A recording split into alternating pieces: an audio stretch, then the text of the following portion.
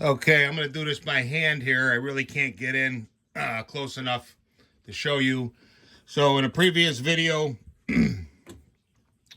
we used the expanding mandrel and the end mill holder here to kind of center this thing. I've got some ground and hardened blocks, slotted blocks, my machine grade plywood.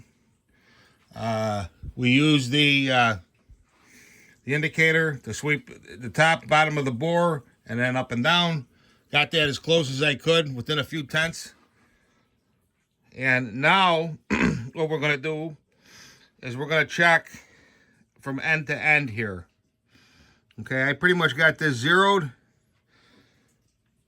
And then we'll move this across and see what we come out with. Live action here. Right?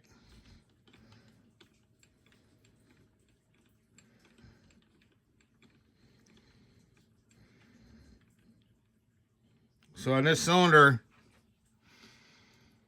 as you can see, we don't have much.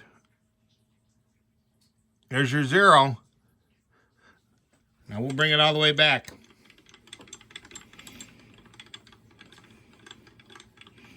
Live action. You know, there's no magic here. There's no skullduggery. We're showing you the results. Okay? And you got what? Maybe a couple tenths? Which is within reason. Now, some of these other ones were a couple thousandths out. Same process, everything. And like I said, you got to understand that you got to have, if you're going to build a saw, if you're going to take this apart, you really want this and the bore to be as perpendicular as possible. That way, when you spin that crankshaft, everything is nice and true. If that thing's binding up, then there's something wrong. Your saw is never gonna, make the power that it could.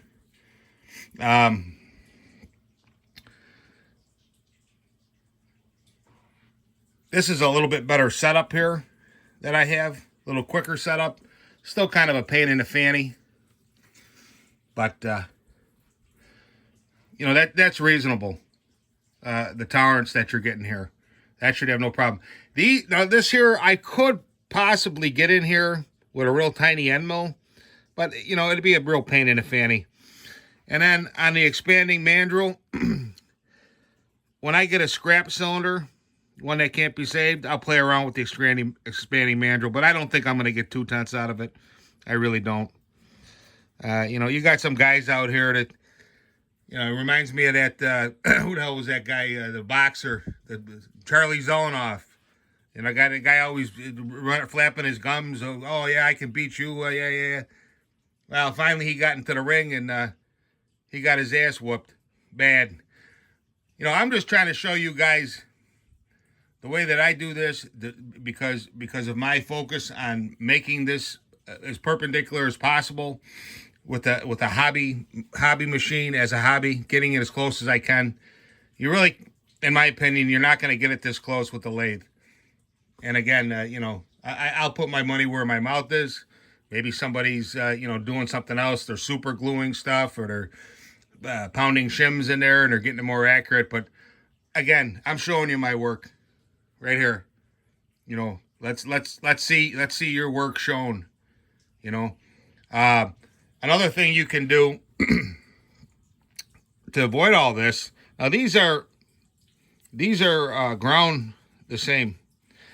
So what I could do is I could actually make a plate and then have it set up such that it's totally parallel on the surface. And then you could actually bolt this cylinder underneath. Obviously you'd have to have a hole for the bore, and then you can come down with the indicator and check the cylinder for, is the cylinder in this fixture? Imagine in your mind's eye, okay, that's totally square. Well, is it this way? Is it this way a little bit? Is it this way? Or is it this way, or this way, or this way? Obviously, I'm exaggerating, but you understand in your mind's eye. And that'd be a quick way. You just bolt this right up. You have a plate that sits on some parallels. You bolt it to that plate. You probably have to surface, fly cut it and then surface grind it to as accurate as you can get it. And then bolt this up.